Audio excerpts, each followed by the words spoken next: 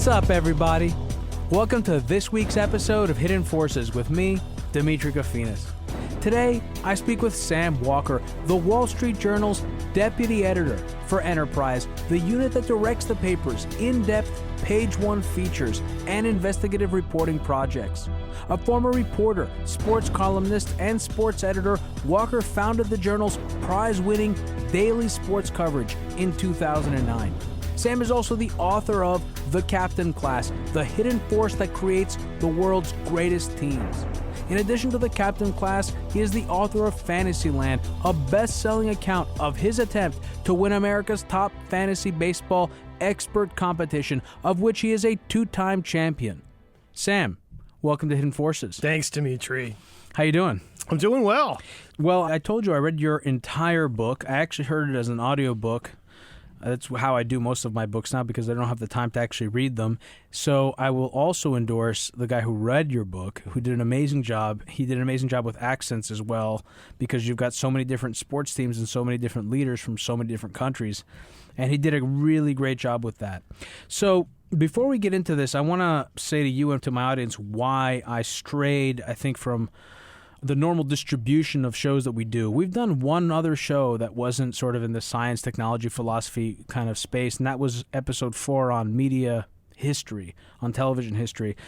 I think the reason that I was attracted to your book is because we have interviewed so many fund managers and so many different entrepreneurs, and I think that one of the things that we have not been able to touch on is what makes them great at their job beyond simply their knowledge set. What makes them great leaders, what makes them great competitors. And your book is called Captain Class, and it is an exploration of what you feel has made these teams that you identify as being the greatest teams of all time great. Why don't we start with walking us through, give us a summary of what this book is, and then we'll start to delve into that whole sort of category. Sure. Well, I think the title Hidden Forces, I think that really kind of hits the sweet spot of what I was trying to do with this book, which is, I'd always wondered why certain teams were not just good, but extraordinary. It wasn't so much a team that wins, but a team that has a winning culture, that does something phenomenal that no other team has ever done. And no one had ever just studied those teams as a group. And I thought, look, if you can go all over globally and look at every single freak team, super team that's ever played in any sport all around the world, really just round up the outliers, right, and see if there's anything that unifies them. And that was really the genesis of it. I just wanted to understand. I've always loved teams. I've been obsessed with them. I've never gotten a good answer from athletes, from science, from anyone about why a team is extraordinary. And so that's where it started. And it turned into this giant rabbit hole. It was, a very long, many-year project of putting this together and really trying to come up with my study sample. And once I did, then it was another incredible amount of time trying to piece it all together. And really, there's no data for something like this. You have to use anecdotes almost as data points and try to find patterns. And it took a long time to figure it out. But in the end, the book is about what I found, which is the clearest, most slap your forehead obvious conclusion I'd ever seen from a pile of data that large. And it is that the secret to an extraordinary team's sustained success is the presence of a certain kind of player leader. Well, you actually have a great quote that I'm going to pull out from the book that is a summation of what you just said, but I think very well articulated. The most crucial ingredient in a team that achieves and sustains historic greatness is the character of the player who leads it.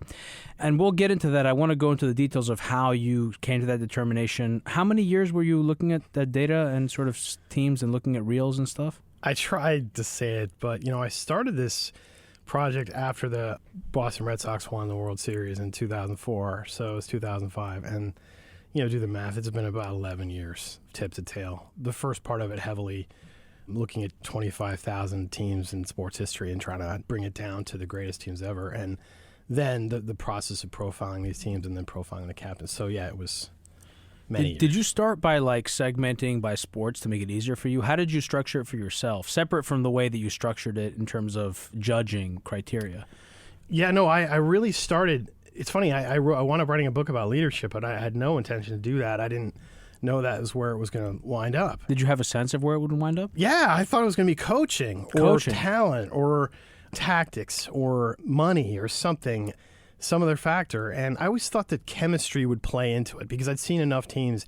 As a sports writer, I'd been around some really elite teams, the Michael Jordan's Bulls and the Patriots in Barcelona and the San Antonio Spurs. I'd seen teams of that caliber. So I knew there would be something chemistry related, but I really wasn't sure what the source was. So, I segmented it really by I had to do this project and I had to cast the widest possible net. And I just poured in. And, I spent a lot of time digging up old records from professional soccer in Argentina from the 1930s and, Uruguay and handball and all these obscure sports and trying to just collect the stats so that I could actually find those outliers. So that took a lot of time. But really, once I got rolling, I got to say this hit me really quickly. I mean, this captaincy thing jumped out early in the process, and I didn't really believe that it would become the book. But over time, it just became this overwhelming pattern.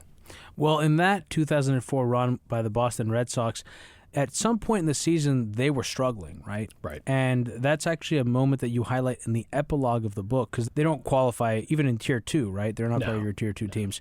That's how vigorous your criteria is, and we'll get into that. But there was this really important seminal moment. Why don't you tell us a little bit about that moment and how that sort of set you on this journey and how that maybe also kind of fed your sense of your thesis about leadership and captain class? I spent a lot of time with that team, and I was writing my first book, and I had never spent that much time with any one team. Many, many days and nights behind the scenes with the 2004 Red Sox when no one really knew what they would become. And they, at the beginning of the season, struck me as just a fun group of guys, really undisciplined, but not contenders. They didn't seem like the serious teams I'd seen win in the past. They didn't have that, whatever that was that I recognized. And, sure enough, come July, this team was really scuffling. I mean, they were 9.5 games behind the Yankees. They were kind of left for dead by just about everybody. And I wasn't surprised. I thought, I didn't have the vibe that I thought that great teams had. But then, something happened in August, and they just completely clicked.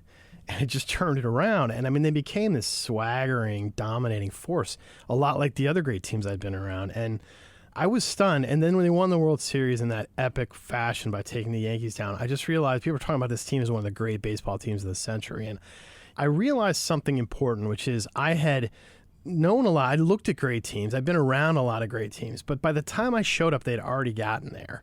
They'd already become great. The Yankees, Barcelona, the Patriots, they'd kind of already made the journey. And what I didn't know was how they got there. I didn't know what provides that spark. I was looking for that moment when it all happened. And that's what I didn't know. So that's what really energized me to start the project and to really try to figure out if I could first identify this group of outliers and second to try to figure out not only what sparked it, but then after that, what sustained it.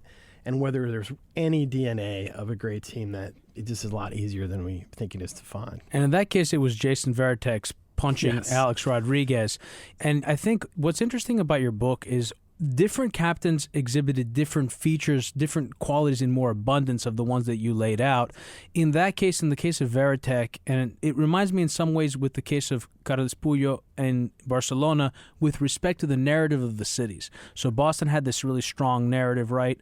And so did Barcelona. And both of those players fed off that narrative. In the case of Varitek and sort of punching Rodriguez, the big star who snubbed Boston, right?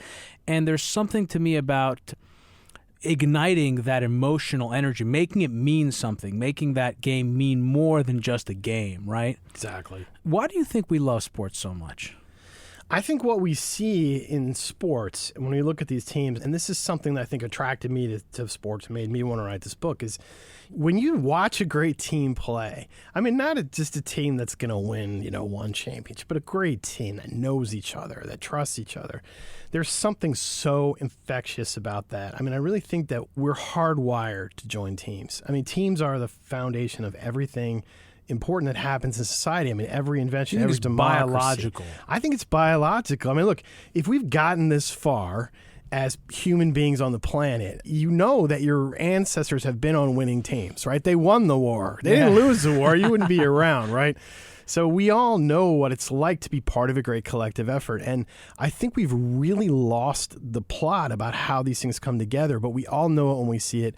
And that's, to me, the great thrill of sports, is when and why the playoffs ratings are so much higher than everything else, because we see that great team and we yearn to be part of it, and we feel the same energy that they're feeling. And it's a unique kind of human interaction that is incredibly powerful, because everything that we've ever built that means anything, every discovery, every invention, has all come from teamwork and a collective effort. And we all thrive on that. And I think that's the secret power of sports. It's an amazing equalizer, too, for conversations, and it's a great outlet. And it's viscerally enticing and exciting. We all understand it, and we can get so immersed in the minutia of it. How did you go about setting limits or sort of a minimum threshold for what is a team? That was one of the first things I thought about when I was looking at your book, and you get into it, but could you give it to us for our audience? Yeah, it was tough. I mean, I think people haven't really taken the time to define what a team is. I mean, by the dictionary definition, a team is, any group of, I guess, more than two people. Well, but if it's oxen, a team can be two. So there's really no definition that's standard. And what I decided was that what I was looking for was the maximum team, the team that there was nothing about it that wasn't perfect. And what I realized was that, first of all, you have to look at the nature of the competition, because not every sport, basketball, you play offense and defense. You're all constantly engaged with each other and also with your opponent. That's a team sport. But something like a rowing competition, I mean, you're not actually interacting with your opponents. Right. And then there's that other thing. It's like an individual sport that's under a team banner. So I had to study that. And, the other question is, how big is a team? How big does it have to be? Because what I wanted to study, and you mentioned figure skating, which is such a great example, because figure skating, is that a team? Is a pair skating team a team? I don't think so. I think it's a partnership. I think you need to have enough people on a team so that you can't assume that one person's effort is going to tilt the balance in one direction. Okay, so what other criteria did you use? So you mentioned these three. What else did you use to start to whittle down all these teams? Now, first of all, how many teams did you look at over what time period are we talking about here? And how many sort of sports total? And regions, I suppose that would be too difficult to answer, like all over the globe. Oh, yeah. No, I just tried to make it was completely global. It was really every sport in the world. I started every sport of any significance in the world and every team. And these are 37 categories of sports. I started in the 1880s when I really feel like organized sports really began, team sports. And I looked at men's sports and women's sports throughout the entire world. And I mean, I think the initial group was about 25,000 teams. And the first cuts were easy. I just, teams that didn't win anything, gone, teams that were mediocre. But then I had to figure out how to really whittle the list down. And that was when things got complicated. So I finally decided there's no algorithm for this, because all sports are so different. There's no way to use a formula that would apply. The regular season doesn't matter, and the playoffs are everything. Some teams barely play, once every 4 years. It's hard to do that. There's no statistical way. So what I came up with is, if a team is the best team in the history of sports, what would it have to be able to say? It had to be able to say that it sustained its dominance. And I set the floor at 4 years, because I felt like that, to me, 4 years rules out any possibility that the team just got lucky. Right. So when you say sustained its dominance, does that mean that it was the champion, or that it was just because you have the Spurs, for example, because they were like 17 years or something like that? Right. So what does that mean? How do you define sustaining the dominance? There couldn't be any major fall off in that performance. There was cases where I would let one team, slide in, like Bayern Munich once. They mystifyingly finished 10th in their league, but they actually won the Champions League. So there's some cases where I let them in, but really I just wanted to see sustained dominance, where you can just say that the team had a culture that sustained itself, and there wasn't a major drop off. Right, it wasn't a major drop or a period of fallow period, right? So that was how I looked at it. And then the other things I have to be able to say, they played at the absolute highest level of competition in the world, and they played against the best teams in the world, and they had occasion to play all the best teams. And they also played a sport that, was significant and global and has millions of followers and has a big talent pool. So that ruled out some sort of smaller sports. And college sports, had to go, sadly, because it's not the highest level of competition in the world, right? Mm-hmm. So I wanted to say, if you're the maximum team, you have to have all these things. But there was one last filter, and the real one that mattered. I had about 122 teams with a first group of 7 criteria. And the last one was the uniqueness. I mean, they just had to have done something in the history of their sport that was completely unique. And whether Well, it was... you think you used the word freakish. Is that what you're talking about here? Yeah, I just had to be an Tell me about outlier that. in our own How do you sport. quantify that? Well, it started don't with quantify it. No, you can. I mean, this is the thing about this. It's like, I think, when you're talking about scientific studies, tendencies to throw out the outliers and, to have control groups and everything. And this is one of these subjects that you can't do scientifically. I mean, you could try, but you can't measure aggregate talent. You can't tell what the expectations were on a team because you can't go back in history and measure it very carefully. So we're dealing in this world where you have to set some parameters that might make you uncomfortable as an empiricist. But, look, the point for me was, I'm not trying to settle this debate. No one can settle this debate forever about what the greatest teams are. I wanted a pure sample.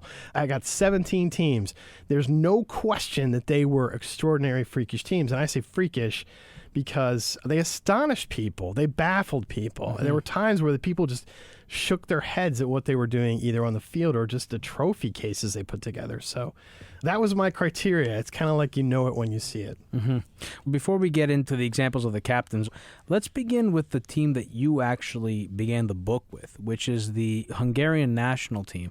I knew nothing about this team, and when I brought it up to my father and to my uncle both, they both knew immediately who they were, and they had watched them play. And I did exactly what you recommended in the book. I got a stopwatch, and I watched that game against England, 1953. I was astounded. Now, the film moves a little quickly, right? But you see these giant English footballers, right?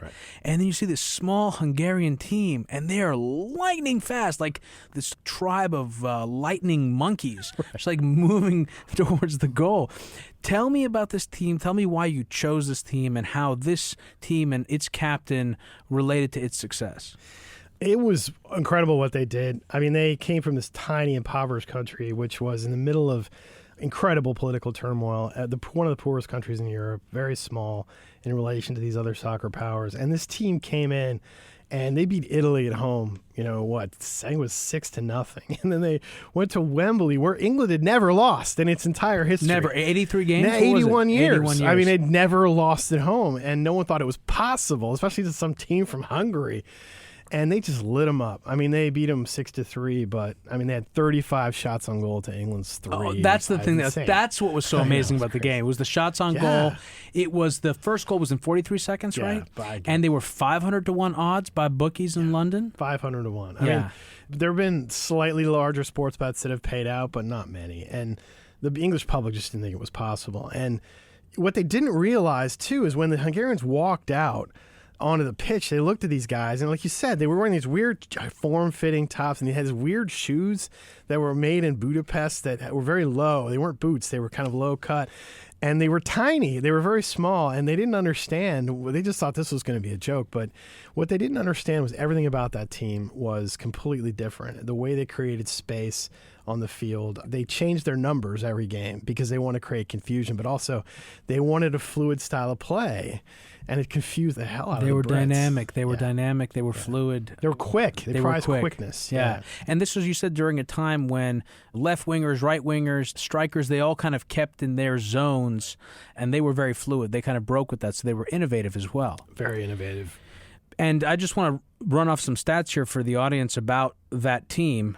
During their run, they outscored opponents 222-59 with an average of 4.2 goals per game. And their ELO rating, and explain that for me, was the highest ever recorded for 60 years until Germany topped it in 2014. Yeah, ELO is probably the one statistic that I was able to rely on to be kind of a tiebreaker. It's interesting because it was invented for chess by a guy named Arpad Elo, who came up with this system, and it basically is a running tally based on the weighted significance of the match and the outcome. So it takes into account the difficulty of each match and the significant strength of the opponent, but it's also kind of on a rolling tally, so it changes a little bit over time. But that's the best stat, and I did this myself with great statistical help in professional soccer to try to sort that mess out. But ELO's a good measure, and ELO just basically shows you a level of dominance and how far above the competition they were and how badly they beat the other best teams. And Hungary blew that statistic away, and like I said, they held that record for 60 years because of the dominating performances against Brazil and Germany and England and Italy and all the powers of the day. Now, Puskás was their captain. Right. We won't have the time to go through every team's captain or every team, so I think just based on having read your book, there are certain captains who I'm most interested in covering, and I want to try to get through those first. The first one is Bill Russell, and it starts with the Coleman play. Now, I wasn't familiar with this play. I was a basketball fan growing up, but I didn't know about this. Tell our audience, just give them the background on what the Coleman play is and why it was important, and then that'll shift us into a conversation about Bill Russell. It was lost to history because back in 1957, the TV networks didn't think it was important to record live sports. So they would tape it and they would just tape right over it. So this play does not exist on video, which is a shame. But in 1957, this was Russell's rookie year. And, at the time he'd won a couple championships at the collegiate level, but he was an oddball. I mean, he was a big man who didn't score in the era when that's all big men were supposed to do. He was not a great shooter, not a great ball handler, kind of an awkward guy, in some ways. But he was an incredible defender. And he joined that team, and the Celtics had never won a championship. They had a coach who had a, kind of middling record, before he came there in Red Auerbach, and they were not the Celtics, let's put it that way. But he came to that team in 1957. They went all the way to the finals, and it went to a seventh game. Now, with 1 minute left, the Celtics had a 1-point lead, and the St. Louis Hawks, the team they were playing, missed a shot, and Russell grabbed the ball, ran down the court, and tried to dunk the ball, and he missed. He totally mistimed it. So here's the situation. There's about 40 seconds left in this game. The Celtics have a 1-point lead. Russell is underneath his own basket, having failed the dunk attempt. The St. Louis Hawks are at the baseline. They inbound the ball to midcourt to this guy, Jack Coleman, this forward. It was a sneak play. He'd been cherry-picking back there. He had a running start. There was no one in front of him. So he's at midcourt with a running start. And there is a recording of the radio announcer doing this, right? And that's bonkers. But so he's at midcourt, and Jack Coleman's got an open layup. Now, none of the other Celtics even thought about giving chase. I mean, everyone had said, oh, my God, they're going to go up by 1 with 30. So what happened was we gets to the basket, and he rolls in what he thinks is going to be this gimme layup. And this blur comes from behind him, swats the ball, hits the backboard, and bounces off, and the Celtics pick it up. Everyone's like, what just happened? And you can hear the radio announcer just screaming his lungs out. But so here's what Russell did. He was underneath his own basket. It's 96 feet from the other basket. Coleman caught the ball, half of that distance with a running start. At a dead stop, Russell started running, and he covered 96 feet in the same 3 seconds it took Coleman to run half court, and got there in time. So I sat down and actually calculated this out. I'm like, that's crazy. And if he had kept that pace up for a full 100 meters, he would have won the Olympic gold medal that year by a fraction. So it was an incredible athletic attempt. What happened there? What do you think happened there? This is Bill Russell. Now, here's the thing. Russell was almost quit basketball to run track. He was really fast. He was a really fast runner. And he knew it, and he knew that he could do this kind of thing. But, I mean, no one would have thought in that position. It wasn't just, everyone thinks about it as a great example of in Game 7, and they won, and it was like saved Game 7. I mean, so it's a famous play, but what was really amazing was that he even thought to do that. Yeah. Here's a situation where as a rookie, he had missed a dunk. He was the last person anyone thought had any responsibility for dealing with this, but he could not bear to lose, and he did not think twice, and he took off and made that play, and that was the level of team-oriented thinking and troubleshooting, problem-solving, just paying no thought to yourself and being able to step out of yourself. Russell just epitomized that. Are they 8 qualities of what make a great captain? There's 7. 7. All right. Out of those 7, what does that play capture? It's relentlessness. Relentlessness. Yeah, no, the first quality that I looked at, which is probably the least surprising given that we're talking about elite athletes who achieved amazing things. It's relentlessness. It's a doggedness. It's never giving up. They played at one speed, and all these captains had the same thing. It didn't matter if they're up by 40, down by 30. They played with the same intensity on the field, and Russell never let up. In fact, Russell was so intense that he would throw up before every game. Right. And his famously. Yeah. So we learned that when the NBA turned 50. They did the whole, remember that? They did all that stuff. Right. So that is I think, one that many of us can wrap our heads around. Mm-hmm. I think that's something that's a common archetype of a leader, right? The relentless, unwilling to lose. Absolutely. It's an admirable trait. we'll probably end up getting back into the Celtics because they're such an incredible team. They won, what was it, 11? 11 and 13 in 13 years. That's crazy. just unbelievable. It's also, by the way, I should say, there are so many beautiful pictures of the era where Russell was playing against Chamberlain. Yeah. And to see what a beast. First of all, in general, these people, I mean, it was in Woody Allen's, I think maybe it was Annie Hall, where Woody Allen was watching basketball and Annie was like, why are you watching these pituitary cases? Something like that. It used to be a freak show to see these giants, right? And it's remarkable to see Russell there, to see him against this freak Chamberlain, right? And to understand that it was Russell's team that was dominating those years. I think that speaks really to something that you also said, which is a characteristic of these great leaders, which is that they aren't necessarily the talent. In fact, I think maybe only Tim Duncan qualifies really among your group. Perhaps not, but let's actually stick a little bit with this relentlessness, because there's one other guy that you covered here. Actually, I think there are two that really stuck out to me. The other one was a girl, the captain of the Cuban national team, the volleyball team, which is my favorite. I mean, my favorite story of all. We're going to get into her. What was her name again? Maria Luis. Maria Luis. We're going to get into her. She's amazing, but we're going to get into her in aggression because, like, she straddled those characters. I just love what she did there, but she was relentless. Let's talk about Carles from Barcelona, who you really like and you've met with and had the luxury to be able to spend a good amount of time with. Everyone knows that team, that 2008 to 2013 Barcelona team. The story, though, that starts that journey happened in 2000 against Real Madrid after Figo had left. Right. Tell us about that game. This was something that had never happened in the history of this rivalry. And you have to understand Real Madrid and Barcelona are a rivalry to the extent that Americans do not understand. I mean, this is about blood and war and history. I mean, there's so much more behind You can see it in the politics today, right? It defines the whole country. It's this fault line that divides the whole country. And it's this incredible tribal thing. And, you know, up to 2000, there was never any thought that anyone would ever defect from one side to another. It wasn't possible because you were in one tribe for life. But, you know, the era of the Galactico was starting in professional soccer, where there were just players who wanted to dabble in a lot of great clubs. And Luis Figo was one of the best players, if not the best player in the world. And he was a Barcelona star, and he was Portuguese. And all the fans thought, well, you know, he's an honorary Catalan, and he's part of our... Figo, he's an honorary Catalan, and he's become, you know, part of our culture. And he decided, you know, Figo was one of the first players that had a wandering eye, and he thought, you know, I want to try something else. Because now players are promiscuous. There's no loyalty to clubs. Right. But this was at a time when there was still that expectation, and he's like, I'm going to go to Madrid. Yeah, it's like, I want to try something new. Yeah. You know, I've done this, and I know it. And he was a good-looking guy, had the character, right? Yeah, he was everything. He just was like this. He was a classic superstar. Right, and he was also kind of a good guy. I mean, he wasn't like a real hothead or anything. But no, so he not only left, but he signed the biggest transfer deal ever, and he went to Real Madrid. And this was just high crime. I mean, this was just...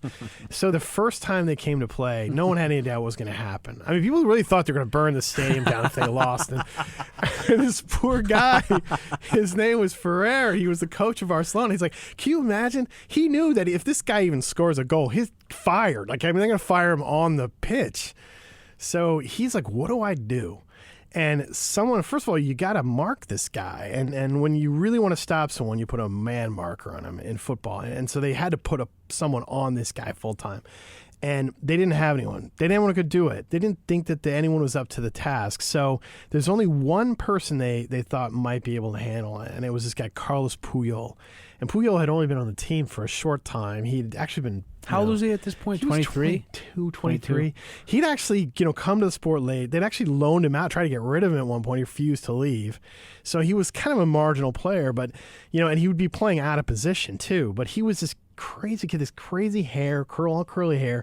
He's from the mountains of Catalonia, and they knew... Native son. Yeah, he's a native son. He was a patriot, right? I mean, and he cared, and they knew he was quick, and he played Figo in practice. So they wound up giving it to him. And he played him well in practice. He played him well in practice. Yeah, he played him pretty well. I mean, he didn't do that. He didn't embarrass himself. He wasn't afraid. He wasn't intimidated. So they put him out there, and everyone thought this is just the lamb to the slaughter. But it was incredible. Puyol just, with his incredible energy, just chased him everywhere, frustrated him, got in front of him, laid down in front of him, risking getting spiked to stop him from attacking. In one case, he made a beautiful slide tackle, then just took Figo out perfectly. Got a yellow card, but didn't get ejected. I think that's the picture right there with the slide tackle. Yeah. That's the one. I mean, they didn't give him a red card. They gave him a yellow. Now, in Figo, you could see the frustration on his face. And at one point, he finally threw a forearm and hit him in the back of the head, Puyol, and he got a yellow card for that. And the place went bananas. I mean, they were throwing garbage. They were throwing bike chains. They had all these signs up, about Figo and calling him all kinds of names. It was this crazy cartoon atmosphere, just this Halloween roar. And through all of that, Puyol just shut the guy down completely, and they won the match. And afterwards, he just showed this incredible humility. He just said, look, we won, and that's all that matters. I'm happy with my performance. I did what I was supposed to do, but the team won. And a star was born. I mean, people in Barcelona just melted for this guy because he didn't have any ego at all, and he had just done something under immense pressure and stopped his guy. Yeah. A higher calling. Yeah. A higher calling. Yeah. It was about the team. It was about the city. It was about the club. Yeah. It was about the mission. It wasn't about himself. Something that I think is becoming exceedingly rare today. Yeah. More rare than it used to be. The superstars are so outsized ego now. And like you said, it's the world of a wandering eye. Everyone sort of thinks that it's their right to just kind of move wherever they want to go. And you got these superstar-studded teams, which is also kind of the irony, right? You end up getting like teams like Golden State in the NBA, which are star-studded, which is like goes against what you would normally expect, which would be something where these guys would want to go play in their own cities and have their own teams. Yeah, I mean, amazing. Will to win, right? That relentlessness, that will to win. Collectively, not personally. Exactly. Right. Let's get to Mireia, because I actually said it was in my category for aggression. It's actually not. Certainly she showed aggression, but it was about the bending and the breaking of rules. I love what you wrote about in that chapter in discussing their team.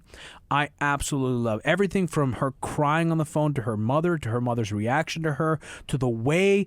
This is how I experienced it, and I want you to tell me. And I found the footage. I watched it. Unfortunately, I couldn't find the complete footage, and I couldn't find an American commentator, so I was listening to it, and I think it was a Brazilian commentator.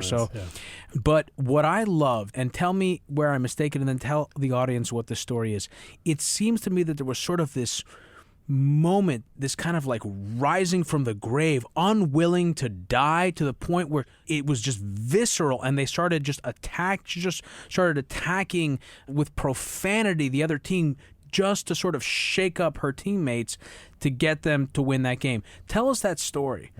So Brazil was probably the second best team in the world at this time, and they were coming into the Atlanta Olympics, and the Cubans were uncomparable. I mean, there'd never been a team like this, and they came from a tiny country, 9 million people, politically repressed and poor.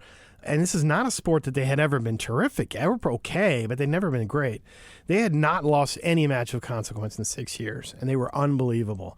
And they were shorter. They weren't big. They weren't as talented as the other teams, but there was something credible about them. So coming into Atlanta, they were just worn out. They only had to go to Japan to play high-level competition, and they were tired. And Fidel Castro wouldn't let them play professionally like some other athletes, so they were dispirited. And things were falling apart. And they got to Atlanta, and they were more interested in the Olympic hairdresser than they were in practice. And they lost a couple of matches in the early rounds, very uncharacteristically, and barely squeaked into the knockout phase of the tournament.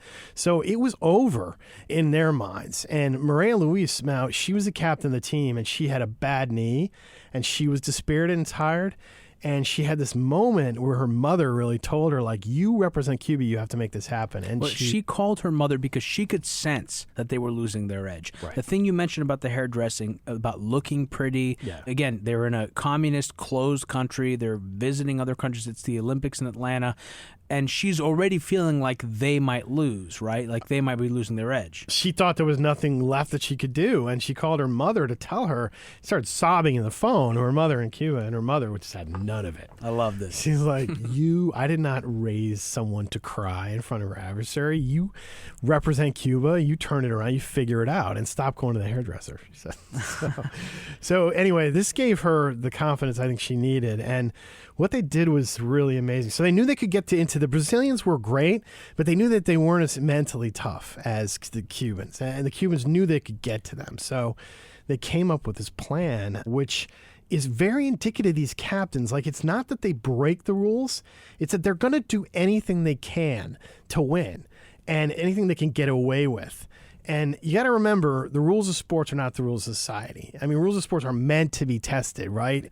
We often treat them like, court of law, but it's not. It's something else. And they are going to push them even if it looks bad, even if they become villains, even if they're perceived as being dirty. They don't care. They care about the collective victory of the team. This is very hard for people to understand, and I get a lot of questions about this. But she decided, you know what?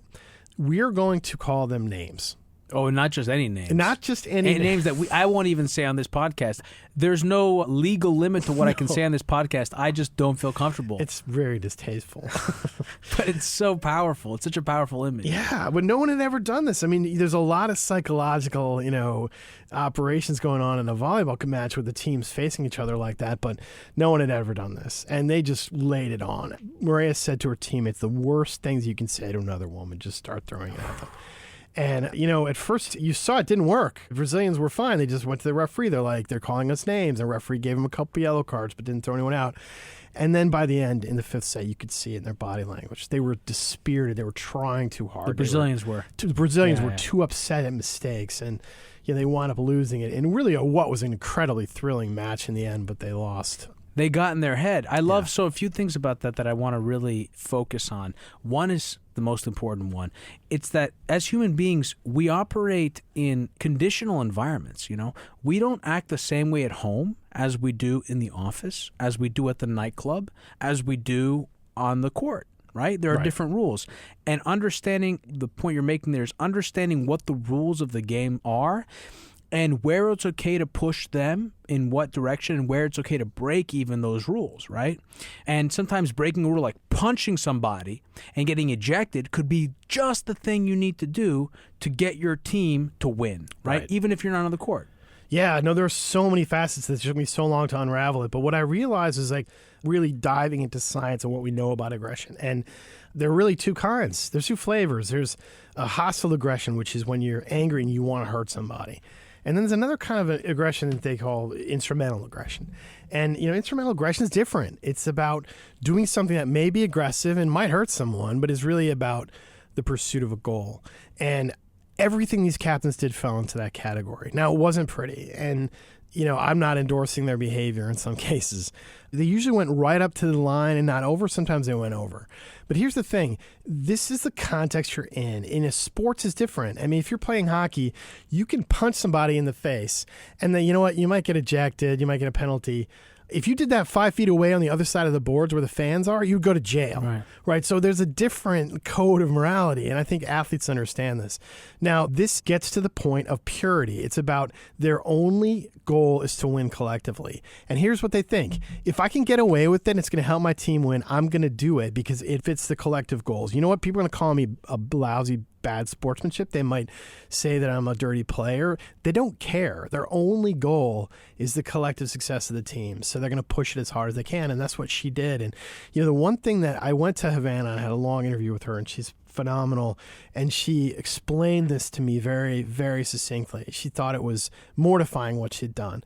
But at the same time, she knew it was in pursuit of a medal. And the one thing that was astonishing to me about all these captains, as aggressive in the things that they did in competition, none of them ever got in any trouble. Ever. Not one of them was ever arrested, ever got in a fight, ever did anything aggressive off the field. It was limited to competition. It was a tool that they would use when necessary. I loved what she did, and I loved that will to win. That decision, I feel like I've experienced it in my own life. Certainly in the arena of sports, it's a common experience where there's a moment where you've got to decide, what are you going to do? Yeah. Are you going to give it your all or are you not? And that can be the difference between everything. Yeah. Between victory and defeat and being a champion, right? That's what I found. I mean, what I really try to focus on in the book was, this is the funny thing about leadership and elite leadership like this. Most of the time it's invisible. You know, when you're winning and doing great, you don't really see it. It's not that important. The times that I focused on in that book were like the time when Cuba had to play Brazil in the Olympics. It was about to go south. It was about to end. This whole thing was about to come crashing down. or never get started in the first place. Those were the moments I tried to look at. And that's when you see leadership. That's when these leaders would reach into that tool bag and they would pull out one of these 7 behaviors, whatever fit the situation, and they would apply it and they would use it and they would be able to pull their team through. And that's what leadership is. That's when it happens. People are going to go back and look at the Figo game as the moment that Barcelona became Barcelona, but that's when it happened, you know? It's those weird moments they don't always get credit for. You don't always see them. It's not someone hitting the big game-winning shot. It's something else. It's the name-calling in Brazil. That's why the Cuban team went as far as they did. It's also amazing to see from a physical standpoint because Maria is not a physically intimidating character. What is she, 5'7"? 5'9". 5'9". But she's got incredible hops. Incredible. She jumps so high. It's amazing. They would set her up consistently. Incredible to watch. She was 4 inches shorter than the typical Olympic striker. She's amazing. Great. Let's talk about another characteristic, which is the ability to regulate emotion. I think this one also is at the very top of that list, for me at least. And the sort of prime example that you gave in the book is, how do you pronounce his name? Jerome Fernandez? Jerome. Yeah. Jerome. Now, he was part of the French national handball team. Tell us his story.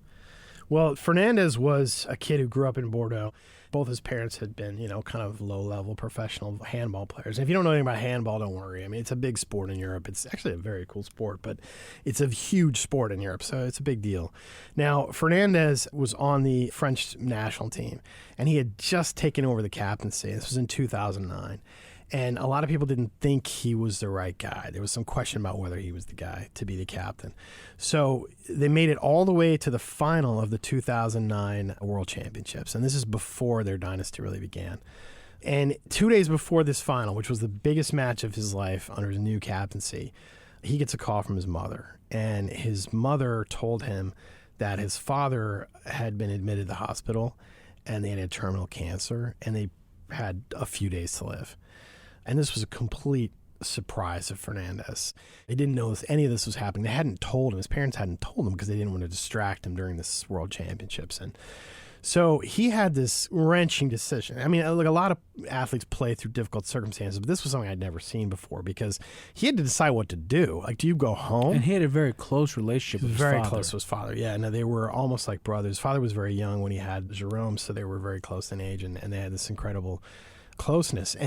But what would you do? I mean, would you go right home to make sure you saw your father alive again, or would you play in the biggest match of your life? And so he consulted with his coach, and he made 2 decisions that were astonishing. One is he decided to stay and play. He was going to play. He's not going to abandon his team in this moment. But the other one was amazing. He decided not only was going to play, he wasn't going to tell anybody what was going on because he didn't want to distract his teammates. So he bore that incredible emotional burden by himself for 2 days and all the way up to the lead up of the match. He didn't say a word to anyone. And he not only played well, he played spectacular. One of the best matches he'd ever played. He scored the clinching goal, in fact, in the final minute to beat the Croatians, to upset the Croatians, who were heavy favorites.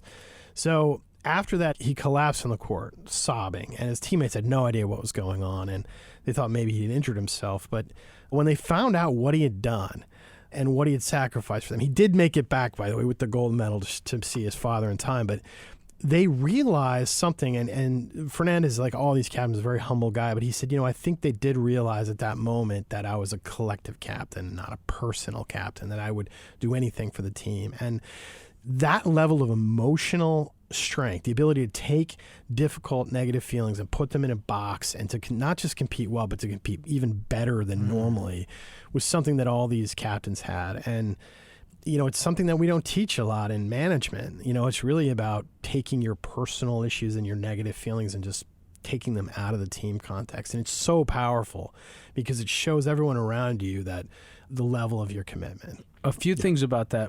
In your book, you go into more detail about how that conversation happened with his coach. And as I remember it, the coach sort of was sympathetic, obviously, to the fact that Jerome was going through this, but he also made it very clear that he had a job to do and he had a decision to make about whether he was going to go back home, and if he wanted to, that's fine, or if he was going to lead the team, but he had to make the decision. And he didn't make it easy for him in that sense. And I found a lot of value in that story, and I found value in what he said. You wrote that Jerome responded and said that I want to play for my father. or I want to win for my father. Yeah. I mean, absolutely beautiful. It also reminds me of a story. Do you remember when Pete Sampras lost his trainer? Right. Remember that? Yeah. And he went to the French. He went to the semis. Yep. He went all the way to the semifinals. And then I think he was still grieving over that loss in the U.S. Open, and that was that match. I forget who he was playing against. Maybe it was even, who was the American? Andre Agassi. Yeah. And he threw up on the court. That's a part of sports that I think we love, right? It's a window into the types of qualities that we deeply value, right, in human beings. Yes. Another set of these, courage and maturity. Yep. These are two separate ones you have in the book, but I put them together because there was the great story of Vasiliev, the captain of the Soviet team that lost in the famous Miracle on Ice 1980 game in Lake Placid in America against the American team. Yeah. And there's a great story you tell of him on an air flight heading back to Moscow where he threatens to throw the captain off the airplane. Choked him. Not the captain, the captain of the team. Him. Yeah, the choked coach. him. Yeah, actually, he said choked him, and like the picture is one of like grabbing a dog by the back of the neck and shaking it around wildly. Tell us the story and what you think that says when you talk about courage and maturity. It's really this independence of mind. It's this ability to push back. These captains shocked me because they were really difficult to manage sometimes. I mean, they just pushed back and they wouldn't stand for anything they thought was getting in the way of the team's collective achievement. And this was extreme in some cases. And the Vasiliev story is my favorite example of what this is. And so they lost in 1980. This is the biggest humiliation I think the Kremlin had to go through during the Cold War. Yeah, they don't like this kind of stuff. No, and in fact, my favorite prop to the paper, the regime came out the next day. It didn't mention the match that even happened. Which is not good, right? So these guys were all on the plane, really going back to Moscow, not any idea what was going to happen. Then when they got there, they lost to these American amateurs, and it was kind of terrible. So before they left, the coach, this guy Viktor Tikhonov, who was really a kind of a taskmaster usually, he said, look, we lost as a team. The story we're going to tell is that we all bear blame for this. But they got on the plane, and Tikhonov's in first class with his assistants and a bunch of like really high-ranking Soviet, Politburo members, and he's saying a totally different story. Like, this guy was terrible. He's gone. This guy was awful. He's the reason we lost. He's like, why do we even bring them? Yeah, right. And he was singling out individual people. And Vasiliev, he didn't know the cockpit door was open. Vasiliev was in the cockpit with the pilots, and he could hear everything that he was saying. And Vasiliev was not the captain of the team. He was a defenseman who'd been there a long time. What would you do, right? You want to go to Siberia? Well, he didn't care. He ran out and he choked him and threatened to throw him out of the plane. But it took me so long to figure out what this was really about. I talked to all of his teammates, as many as I could talk to, about what happened. And they said, what was really funny is when we got back to Moscow, right? We thought maybe he was going to a labor camp. We didn't know what was going to happen to him. But actually what happened was he shows up at practice. He walks in, he's like, hey, coach, hey, guys, puts his skates on, goes out there and starts working. And this is what these captains did. And it's what I realized after a lot of thought and a lot of research.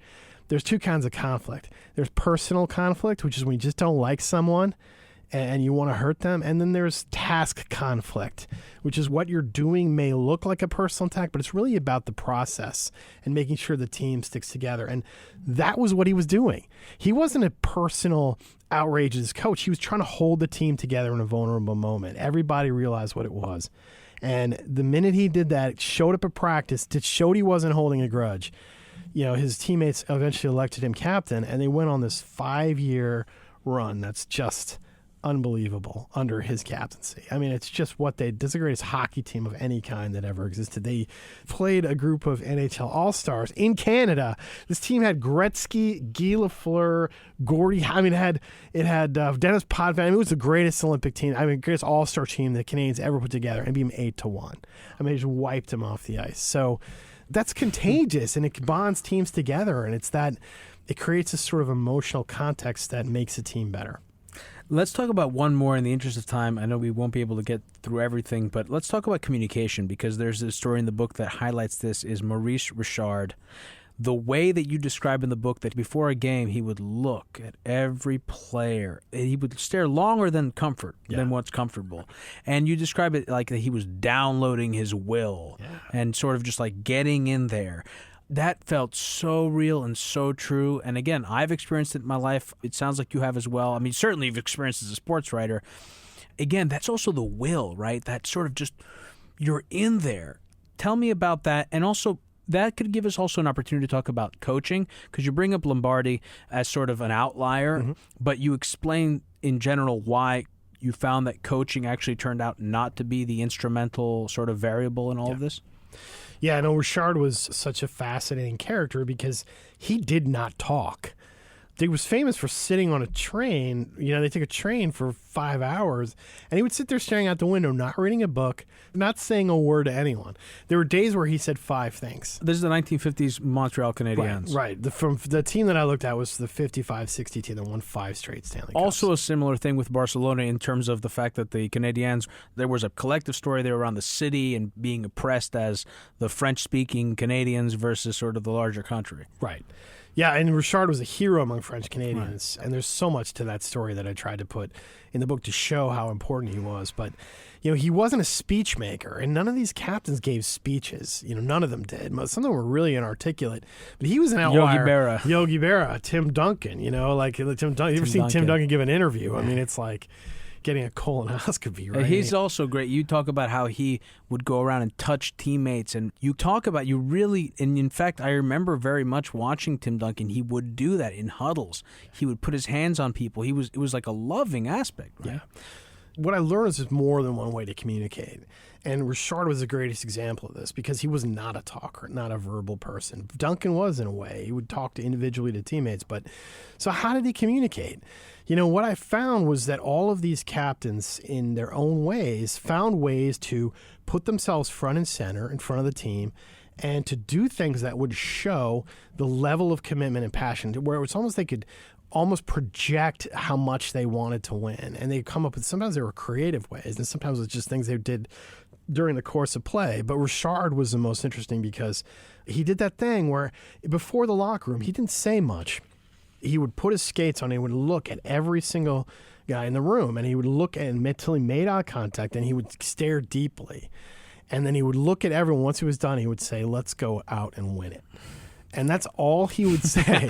It's like an Arnold Schwarzenegger line. Yeah, but they were like, it was so, I don't know why, but it just, and, we know, and anyone who I'm sure listens to this podcast, a lot knows enough about mirror neurons and some of the science that shows how interconnected we are emotionally, and how leaders who are able to tap into that inner emotional interconnectedness are able to have a real outsized impact on how a team performs. And they didn't read that science, but they kind of understood that intuitively. And they often did things that they knew would get inside their teammates and have a real deep effect. It's like that scene in Hoosiers where Gene Hackman says, "I love you guys," in the huddle. Yeah. Yeah. Very few words, just very communicative. And he was the coach of that team. Yeah, coaches. So bring up a little bit Lombardi.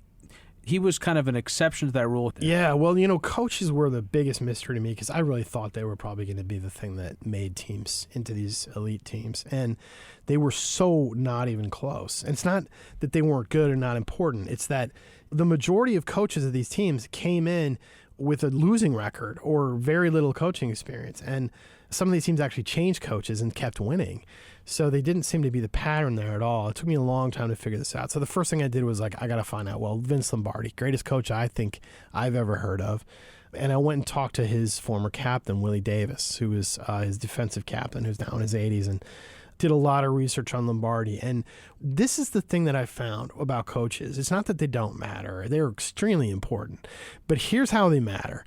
If you look at every great coach we can think of, Belichick, Popovich, Phil Jackson, Lombardi, Alex Ferguson, any great coach or manager, what did their peak level of success involve? It involved a captain just like this. But here's the thing about it. They had a different relationship than we are accustomed to with their captains. Belichick and Brady had this. Popovich and Duncan had it. Roy Keane and Ferguson had it for a while in Manchester United. It's a partnership. Like, no joke. It's two people who respect each other and who are going to have constant conflict and who are going to come up with solutions. Sometimes the captain's going to get their way. Sometimes the coach gets their way. It's really a partnership, and it's not a hierarchical thing. And all the great coaches that we revere hit their strides with this kind of arrangement. And I think it's really important to think about, not just for coaches, but for managers more broadly. It's who's your second? Who's your field general? And what kind of relationship? Do you really trust that person? Mm-hmm. Can you really allow them to once in a while think independently and usurp your authority and do something like Maria Luis did with the Brazilians? And you've got to let things happen. You've got to give them some control. And that's what Lombardi, all of these great coaches did. And it's really, I think, something that we don't think about. A coach doesn't think about you got a coach. Who's your captain and who's your coach? That's the most important pairing on any team, and we don't really think of it even as a pairing. Mm-hmm. Also, the other thing that you single out in the book is that these are professionals. These are adults. These aren't kids. So the outside personality of a coach doesn't weigh as heavily on professionals as it does for high schoolers or for college students or for college players. Also, I think there's something else that's powerful, which is that there's just a difference between being in the game, on the field, versus on the sidelines. No matter how much the coach is invested, he or she is not in the game, right? No. I mean, they're wearing a suit, right? How do you have an impact? I mean, obviously, coaches matter in many ways, but really, as Alex Ferguson, to me, gave the best explanation of this, and he's the Vince Lombardi of the rest of the world, right? I mean, the greatest football manager probably ever lived. And he always said, look, my responsibility takes me all the way up to kickoff. Everything, every detail, everything the team does, everything that's happening, that's my responsibility. But the minute that the match starts, it is up to the captain to execute the game plan. And if you think about Ferguson, he used to sit there in the dugout, and the modern coaches are all on the touchline and they're yelling and screaming. He's like, what are they doing? He said this. He said, what are they doing? The players can't hear you. And you're just distracting them if they can. He's like Joe Torre. Joe Torre was like that too. Yeah. No, he's like, you got to let the players play. And, we think of coaches as being these puppeteers and these geniuses and people who make everything happen. But really, there's nothing you can do when the players are out there. I mean, you can call some plays and make some substitutions, but you can't execute. And the great ones understood this. Yeah, I'm sure you pissed a lot of people off with whatever teams you had to leave out. The Yankees were obviously in the mix, but there were so many great Yankee teams. That 96 team with Joe Torre, not only do I remember what a big deal that was that he sat there and sort of everyone was like, well, Joe is just sitting, he's not getting up, he's not moving around. And, Phil Jackson also famously did that with the Bulls, interestingly enough. But also, I do remember, and I don't know if you remember this, he had told all the players, that was a big thing on that 96 Yankees team, to not swing at the first pitch. Remember that? That was really interesting. That was an outsized level of discipline to be instilling on a team. Yeah. That he would sort of tell them what they can and can't swing at. Yeah. It was always interesting. You knew they were going to sit tight on that pitch. All right, so, Sam, in closing, just so our audience will know, and I highly recommend any sports fan, anyone interested even in thinking about leadership in any sort of way, to read your book. I would definitely recommend it. The teams that you covered as the most elite teams I have here, they were the Magpies, the Australian rules football. This was 1927 to 1930. The New York Yankees, the 49-53 team with Yogi Berra. Hungary, we talked about the Montreal Canadiens from 55 to 60. The Celtics, that famous Celtics team that was, what was it again, 13-year run? Championships in 13 Yeah, years. from 1956 to 1969. Brazil, the Brazilian international soccer team from 58 to 62. Amazing. Yeah. The Pittsburgh Steelers from 74 to 80. A tremendous team. I don't watch football, but all of us know about that famous Pittsburgh Steelers team. And there's obviously an incredible amount of footage to sort of go through for that. The Soviet Union team, the USSR hockey team that we talked about, the All Blacks, International Rugby Union. The stories, by the way, the Magpie, I mean, I don't even want to get into it for our audience, but there is the most gruesome story ever about their captain. Who was that guy? Buck Shelford. Yeah. And it involves, I'm not even going to say it, it's sensitive body part anatomy that was sacrificed for victory. Insane. Yes, exactly what that implies. The Cuban women, the Cuban national team that we discussed before, Australia women's field hockey, the United States women's amazing international soccer team from 96 to 99, an incredible team and an incredible run. The San Antonio Spurs, again, there's 17 seasons. How many seasons? 19. 19 seasons. I think this is their 20th. Yeah, it's great. Incredible. Did it coincide also with Popovich taking over the role from Greg Hill? Was it Greg Hill? Was that the guy? Yeah, well, but Popovich almost got fired 2 years in, and everyone forgets. He'd never been a coach before. Yeah, no, no one expected that to happen. He wasn't Greg Popovich. He was some guy. Yeah. Barcelona, France, the international men's handball team, and then the New Zealand All Blacks. You actually had three very unconventional teams. I guess women's field hockey, but the All Blacks, the international rugby, and two international rugby union teams, and Australian rules football. In terms of captains, I'm not going to list them all here, but you mentioned Carlos was maybe your favorite. Who kind of really stuck out for you? Puyol to me is such a great example because it happened recently. And it just shows you, even with all the money and everything in sports, it can still happen. I do think Russell is probably the greatest captain in the history of sports because he did something that I've just never seen before. So he's phenomenal. And, I love Tim Duncan, too, for the same reason, in that he's a contemporary example of this. And we did not give him enough appreciation and credit for the role he played. And look at that team now. They're really struggling. And, he's another one. It's hard. It's like I've gotten so affectionate for all these captains. I think they're all so incredible. What you said earlier is really true. Not all of them expressed every one of these traits in great abundance, but they all had them. And they all used the ones that were necessary in their sport. So I kind of love them for different reasons. It's also interesting to see the teams that failed to get into the Tier 1. An example is Michael Jordan's Bulls. Also the Lakers. Interesting. I wonder about Kareem. We didn't have a chance to talk about that. But Jordan's a great example. And Jordan in some ways reminds me of Steve Jobs in the equivalent sort of corporate, right? You have this guy who's immensely talented, incredible will to win, can step it up, but both of them have the reputation of having been not just mean, unnecessarily, excessively mean. In the case of Steve Jobs, against so many people, there's so many anecdotes, but the classic one that you give of Michael Jordan is against Bill Cartwright, the center for the Bulls that they brought in by trading away Charles Oakley, which actually set them along a streak, and he was sort of the captain of that team, Bill Cartwright. He was.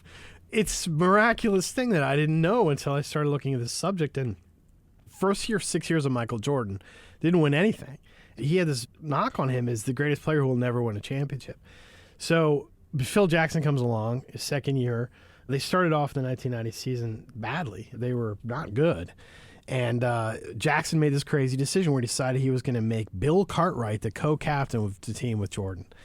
And Jordan hated Bill Cartwright because, like you said, they traded his best friend, Charles Oakley, for Cartwright. As if that was Cartwright's decision. I know, but he took it out on him anyway. And he called him Medical Bill because he had bad knees. And he would sit in the locker next to him and talking about how badly he played while he was sitting right next to him. And he was an awful, awful bully. And everyone was scared of him. And, the problem on the team was no one wanted to play Michael ball. Michael was like, you're all working for me, now work for me. And no one really wanted to buy into that. He was very selfish. The thing is, that can work if you have someone who is actually leading the team and actually mentoring the younger players and actually getting everyone to fit and being that selfless character. And if you look at the moment Bill Cartwright, got to do this. Look at the moment he became captain.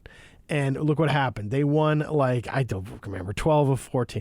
It started at that exact second. It's so important. I think in corporate America or in business where we see this is if you're, let's say, the leader or the CEO, but you're not great with people or you're mean or whatever else it is, it's so important to be able to have someone under you who sees the good in you and can translate that and be sort of that person that the rest of the team feels that they can talk to. That glue guy, right? The glue of that team. Right. It's communication. It's just, all the studies show, it's constant, one-on-one, intense, meaningful conversations with people that matter. And that's what leadership is. It's not fun. You're not going to get credit. It's hard work. And it's not sexy, and you're not going to be remembered on the magazine cover. But you need a character like that. I just want to mention one more thing for the audience from your book that I really loved, since we're talking about the Bulls. When after Michael Jordan left in the 94 season, when Scottie Pippen refused to get off the bench to take a shot against the New York Knicks, and then what happened in the locker room after that? He refused to take that shot because Phil Jackson wrote the play for Tony Kukoc, who ended up hitting the shot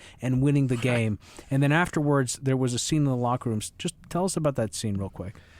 Bill Cartwright was devastated by this, and he just sat down with Pippen and just said, "How could you?" and started to cry, visibly in front of teammates. He was devastated. Devastated by it. And, it changed Scottie Pippen. And Scottie Pippen went on to, be one of the co-captains of that team when Jordan came back. And I don't think he really fits my profile perfectly, but I think between him and Steve Kerr, I think they had a good leadership mojo there. But no, that was Bill Cartwright in a nutshell. Like, he cared so much about the team and the collective goals. He was heartbroken that Pippen would have done something that self-concerned. That also spoke to me a lot, that particular story. I mean, when you have a partnership with someone and you believe that you trust them, right? You trust them and you think that they're on the same team. You've sacrificed so much for them. And in this moment, they exercise such a petty level of selfishness, and it's heartbreaking. Yeah. But to see that, and for his teammates to see that, I just thought that was a powerful indicator. And I think that's the major takeaway for me through your book.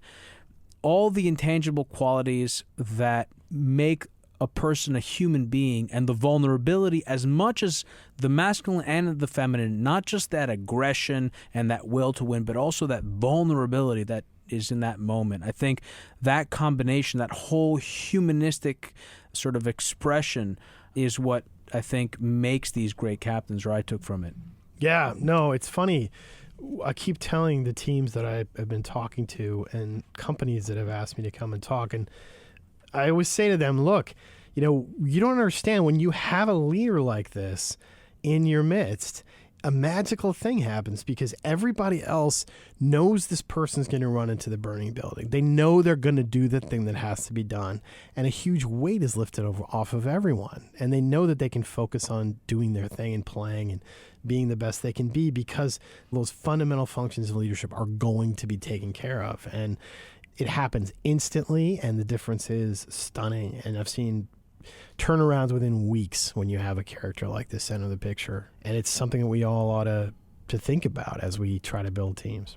Sam, thanks so much for coming on the program. Thanks, Demetri. It was really fun. Appreciate it. And that was my episode with Sam Walker. I want to thank Sam for being on the program. Today's episode was produced by me and edited by Stylianos Nicolau. For more episodes, you can check out our website at hiddenforcespod.com. Follow us on Facebook, Twitter, and Instagram at Hidden Forces Pod, or send me an email at dk@hiddenforces.io. Thanks for listening. See you next week.